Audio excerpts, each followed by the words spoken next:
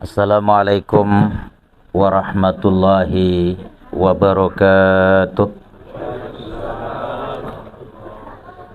Alhamdulillahi wa kafa. Wassalatu wassalamu ala sayyidina Muhammadinil Mustafa wa ala alihi wa ashabihi ahli sidqi wal wafa. Amma ba'du. Sahibul bait dan sahibul hajah, keluarga besar Bapak Haji Saiful Islam yang sama-sama kita hormati, hadirin dan hadirat jamaah rahimakumullah. Puji syukur kita panjatkan kehadirat Allah Subhanahu wa taala pada sore hari yang berselimut mendung ini. Alhamdulillah kita bisa hadir di sini dalam rangka memenuhi undangan saudara kita, sahabat kita, keluarga kita, Bapak Haji Saiful Islam yang ingin menunjukkan baktinya kepada orang tuanya, yang tidak pernah lupa mengirimkan doa-doa kepada beliau-beliau yang sudah meninggalkan kita. Satu di antara ciri bahwa keluarga besar ini adalah keluarga yang sangat berbakti kepada kedua orang tuanya. Salawat beserta salam semoga tercurah kepada baginda Rasulullah sallallahu alaihi wasallam. Semoga kita semua kelak mendapatkan syafaat dari baginda Rasulullah sallallahu alaihi wasallam. Jamaah rahimakumullah. Sebelum saya menyampaikan beberapa hal yang terkait dengan kegiatan kita pada sore hari ini, izinkan saya terlebih dahulu menyampaikan di hadapan kita semua bahwa manusia, kata para ulama, terbagi menjadi 4. Ada manusia yang disebut sebagai manusia yang hidup dalam kehidupan. Yang kedua disebut sebagai manusia yang hidup dalam kematian. Yang ketiga disebut sebagai manusia yang mati dalam kehidupan. Dan yang keempat disebut sebagai manusia yang mati dalam kematian. Kelompok manusia yang pertama yaitu kelompok yang disebut sebagai manusia yang hidup dalam kehidupan. Siapakah mereka? Mereka adalah manusia-manusia yang hidupnya berguna. Selama hayat di kandung badan, ia banyak memberikan kemanfaatan bagi manusia-manusia yang ada di atas dunia. Hidupnya menghidupkan. Masjid-masjid dihidupkan, dakwah-dakwah dihidupkan. Kebaikan-kebaikan dihidupkan. Kalau ada orang memerlukan pertolongan, ia datang memberikan bantuan. Kalau ada orang kelaparan, ia datang memberikan makanan. Inilah manusia yang disebut sebagai manusia yang hidup dalam kehidupan. Masuk dalam apa yang disebut oleh baginda Nabi, khairun nas anfa'uhum linnas. Sebaik-baik manusia adalah manusia yang berguna bagi manusia yang lainnya. Sementara kelompok manusia yang kedua disebut sebagai manusia yang hidup dalam kematian. Siapa yang disebut sebagai manusia yang hidup dalam kematian? Yaitu kelompok manusia yang pertama, yang ketika hidup di atas dunia, ia hidup dalam kehidupan. Karena hidupnya berguna, hidupnya selalu membawa aroma kehidupan. Maka begitu nanti ia meninggal dunia, ia disebut sebagai manusia yang hidup dalam kematian. Walaupun ia sudah meninggalkan dunia yang fana, budi baiknya akan dikenang sepanjang masa. Ibarat peribahasa mengatakan, gajah mati meninggalkan gading, manusia mati meninggalkan nama. Walaupun ia sudah tidak ada di atas dunia, banyak orang menganggap seolah-olah ia masih hidup di atas dunia. jejak-jejak kebaikannya itu akan dikenang sepanjang masa. Maka jikalau manusia tidak lupa, bahkan Allah Subhanahu wa ta'ala pun tidak akan pernah lupa. Ketika Allah Subhanahu wa ta'ala menyebut dalam Al-Quran di surat Yasin ayat yang ke-12, Inna nahnu nuhyil mauta wa naktubu ma qaddamu wa atharahum wa kulla syai'in ahsaynahu fi imamin mubin. Kelak kami akan hidupkan semua yang sudah mati, kata Allah. Kebaikan-kebaikan yang telah mereka lakukan sudah kami catat. Wa atharahum, bahkan jejak-jejak kebaikan yang mereka tinggalkan tidak ada yang kami lupakan.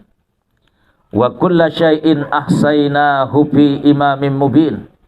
Semua telah kami simpan dalam sebuah file yang rapi, kata Allah. Filenya namanya Imamin Mubin. Sementara kelompok manusia yang ketiga disebut sebagai manusia yang mati dalam kehidupan. Siapa manusia yang disebut sebagai manusia yang mati dalam kehidupan? Mohon maaf, yaitu manusia-manusia yang hidupnya tidak berguna, yang setiap hari hanya menumpuk-numpuk maksiat dan dosa-dosa. Bahkan karena dianggap hidupnya tidak berguna, banyak orang yang menganggap seolah-olah dia sudah mati dari atas dunia. Ia disebut sebagai manusia yang mati dalam kehidupan. Jiwa raganya bahkan bisa jadi ia tampan, gagah, masih muda, tetapi karena hidupnya tidak berguna, sekali lagi banyak orang yang menganggap seolah-olah dia sudah mati dari atas dunia. Jamaah rahimakumullah. Lalu manusia yang keempat disebut sebagai manusia yang mati dalam kematian. Siapakah mereka? Yaitu manusia yang masuk dalam kelompok manusia yang ketiga. Ketika ia hidup di atas dunia, ia disebut sebagai manusia yang mati dalam kehidupan. Maka begitu ia meninggal, kalau bahasa Sasaknya cep, tidak ada lagi kebaikan-kebaikan yang dikenang. Tidak ada lagi kebaikan-kebaikannya yang disebutkan. Bahkan bisa jadi banyak orang merasa tenang dan nyaman dengan kepergiannya, karena selama ia hidup di atas dunia banyak membuat onar dan banyak membuat orang merasa tidak nyaman. Jamaah rahimakumullah.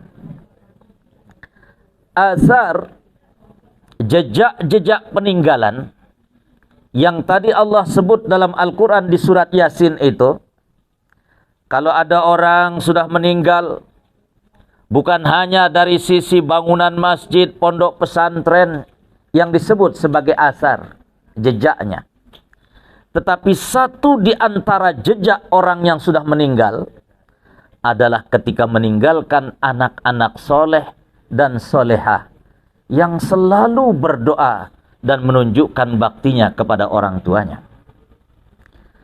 Satu hari seorang laki-laki datang bertanya kepada baginda Nabi, "Ya Rasulullah, kana li abun wa ummun." Dulu saya punya bapak dan ibu.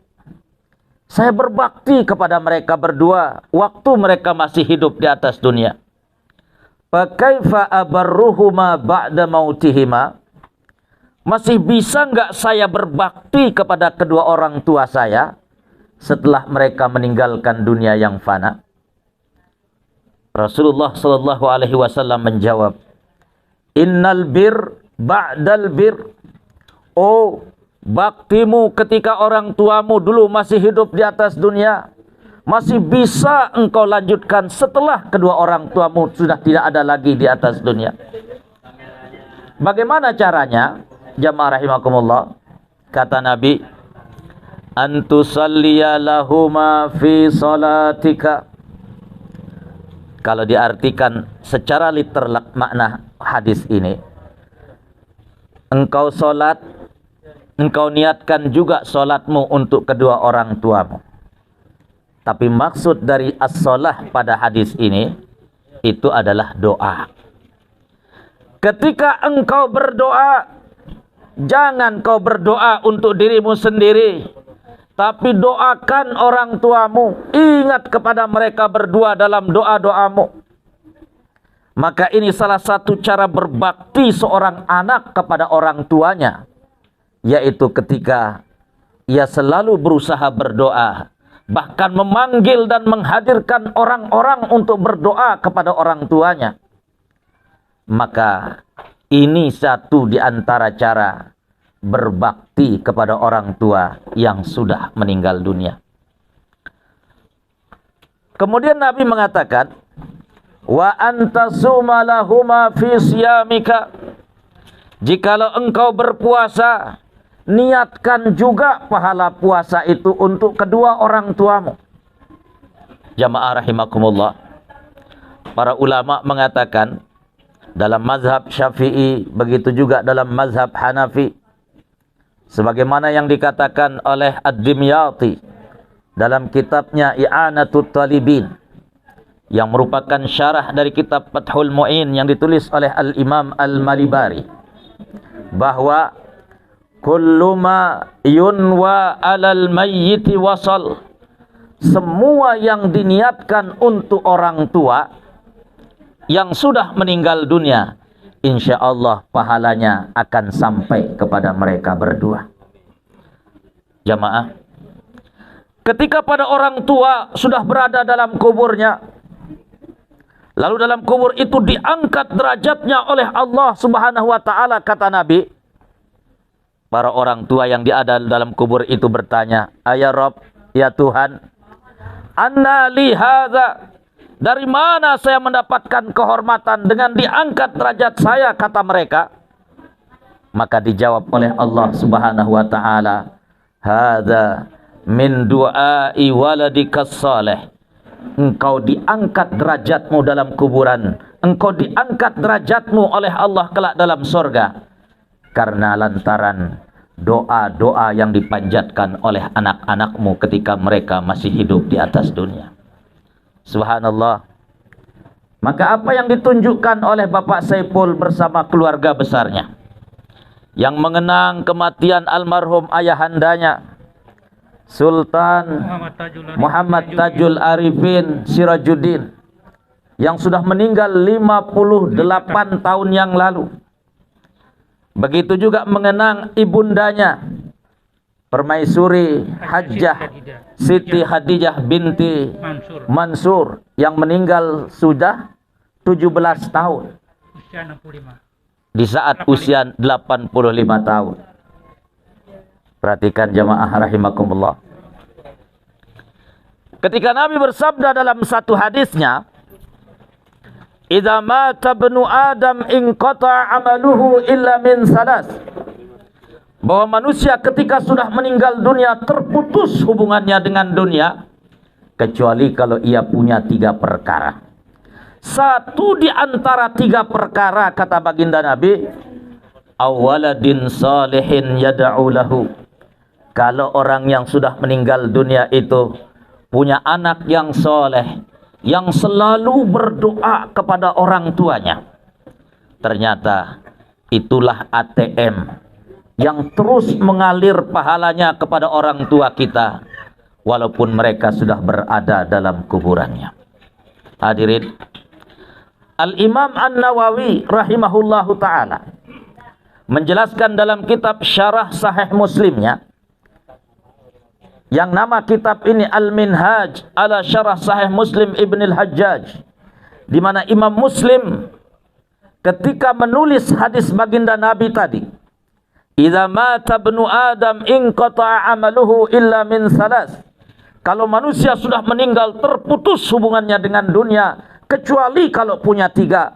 Satu di antaranya, kalau memiliki anak-anak soleh yang selalu berdoa untuk orang tuanya.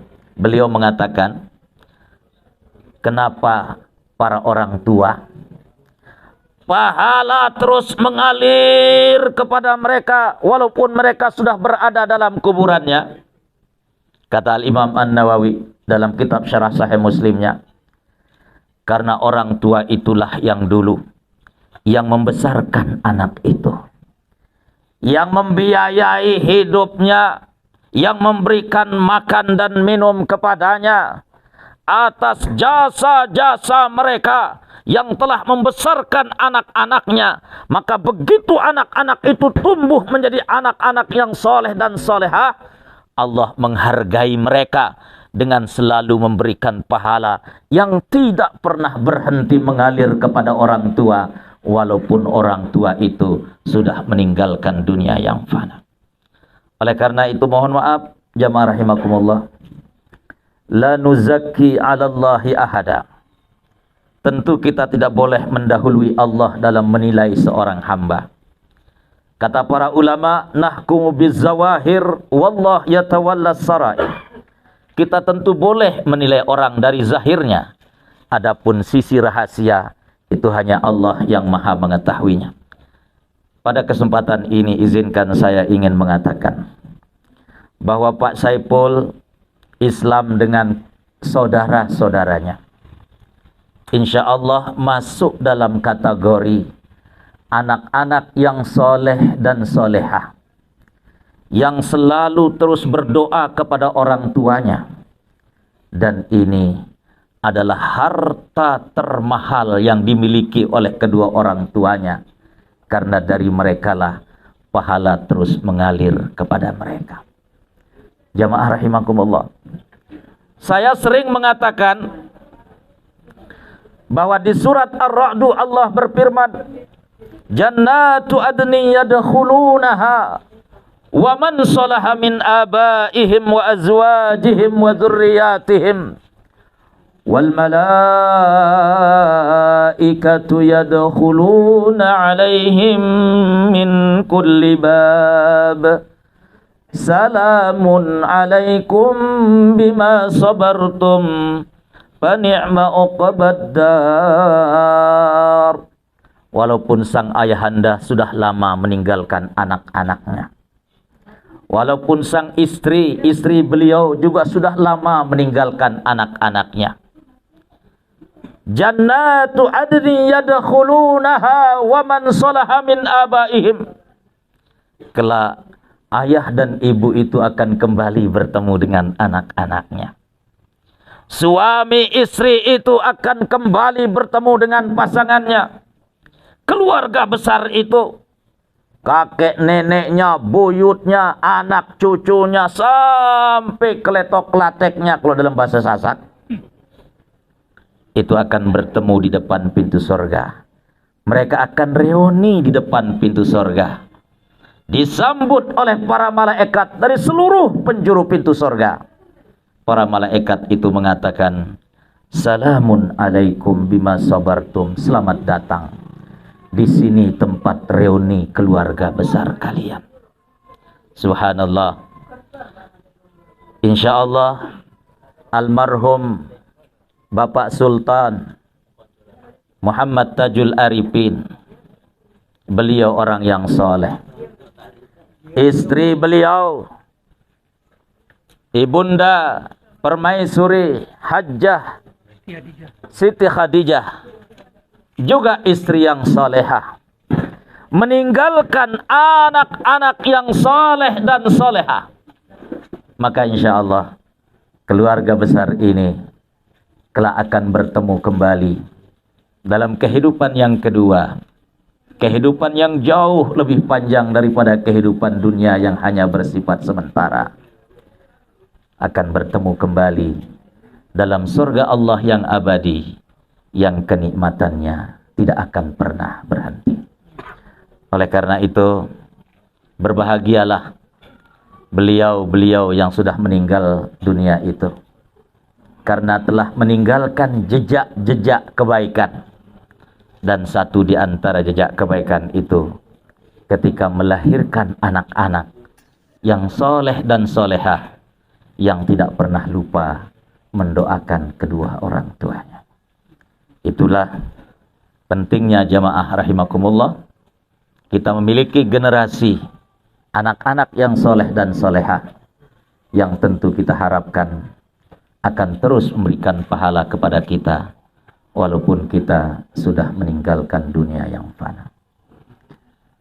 Itu pesan yang bisa saya sampaikan pada kesempatan ini. Mari kita berdoa kehadirat Allah Subhanahu wa taala. Alhamdulillahirabbil alamin. Hamdan yuafi ni'amahu wa yukafi'u mazidah. Ya Rabbana lakal hamdu kama yanbaghi li jalalika wa 'azimi sultanik. Allahumma salli ala sayyidina Muhammadin wa ala alihi wa ashabihi wa sallam.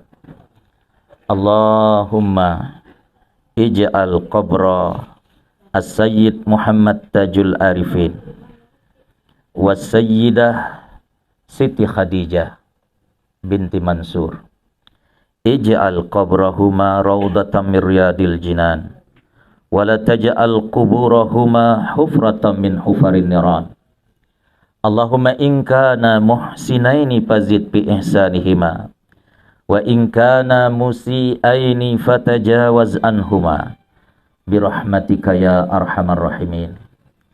Allahumma adkhilhuma jannataka wa adkhilhuma ma'a jami'i usratihima yaltaquna fi babi jannatika kama taqulu fi kalamika wa fi qur'anika jannatu adnin yadkhulunaha wa man salaha min abaihim wa azwajihim wa dhurriyyatihim wal malaikatu yadkhuluna alaihim min kulli bab. Salamun alaikum bima sabartum fa ni'ma uqbad dar. Ya Allah, ya Tuhan kami, di tengah-tengah Engkau menurunkan hujan rahmat-Mu kepada kami. Turunkanlah rahmat-Mu kepada Sultan Muhammad Tajul Arifin dan kepada permaisurinya Bunda Hajjah Siti Khadijah binti Mansur. Jadikan kuburan mereka berdua menjadi taman-taman surga. Maafkan segala khilaf dan salah mereka. Terimalah segala amal kebajikan mereka. Jadikan anak-anak mereka menjadi anak-anak yang selalu dan akan tetap berbakti kepada kedua orang tuanya, yang akan selalu berdoa untuk mereka berdua. Ya Allah, ya Tuhan kami, sebagaimana Engkau kumpulkan kami di tempat ini, kumpulkanlah kami kelak di surga-Mu untuk reuni ma'an nabiyyin wasiddiqin wasyuhada'i wassalihin, bersama para nabi, para siddiqin, syuhada dan salihin. Rabbana ighfir lana wa li ikhwanina alladhina sabaquna bil iman wa la taj'al fi qulubina ghillan lil ladzina amanu rabbana innaka ra'ufur rahim. Ya Allah, ampunilah dosa kami dan dosa orang-orang yang telah mendahului kami. Jangan Engkau taruhkan rasa benci, rasa iri dalam hati kami. Ya Allah, ya Tuhan kami, ampuni dan beri rahmat-Mu kepada kami. Rabbana atina fid dunya hasanah wa fil akhirati hasanah wa qina adzabannar. Wa sallallahu ala sayyidina Muhammad wa ala alihi wa ashabihi wa sallam. Walhamdulillahi rabbil alamin.